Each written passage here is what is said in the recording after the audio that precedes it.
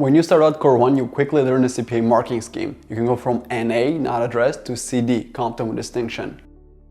But what exact scores do you need to pass Core 1? In this video, I'm going to show you transcripts of students who passed Core 1 and those who failed, and how the marking is done. First off, CPA Canada doesn't publicly release how to mark Core 1. Here's what we do know. Core 1 has an average 80% pass rate. This is the lowest of all CPA modules. Core 1 exam has both MCQs and a case. The MCQs cover FR, tax, audit and finance. About 60% is FR, 20% audit, 15% tax, and 5% finance. The case-based portion will focus mostly on FR with one or more areas of other competencies. All CPA modules are marked on displaying competency and average performance. This means you need RC in most of the areas with few Cs here and there. The number of RCs and Cs you need to pass depends on average performance. For example, here's a transcript of a student who passed. You'll notice they scored mostly RC with 1 C, and that was enough to pass.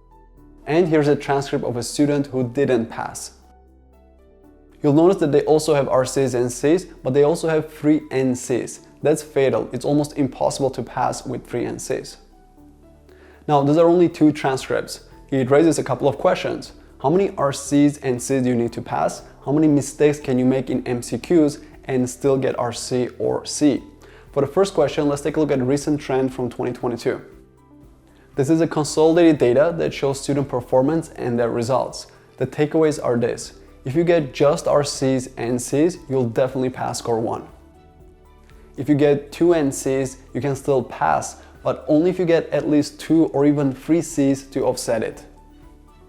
If you get 3 NCs, it doesn't seem like you can pass, even if everything else is a C. Another takeaway is that students don't really fail because of just MCQs or just a case. It seems to be evenly distributed. Even though MCQs take more time on the exam, the data shows that performing well on the case can help you offset the NCs in MCQs. Now keep in mind, the average performance makes a huge difference. The area that you scored C or NC can have a huge swing in your results. For example, if everybody did well in one area but you didn't do so well, it's going to heavily bring down your score. But if you do good in one area and everybody else really bad, it's going to bring up your score. Now, for the second question, how many mistakes can you make in MCQs and still get RC or C? This is not known. The exam has 75 questions and no student memorized what they got right and wrong so that we can analyze the data.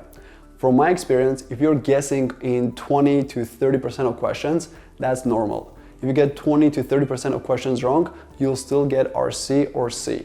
If you get 70 or 80% of questions wrong, then you're at the NC level.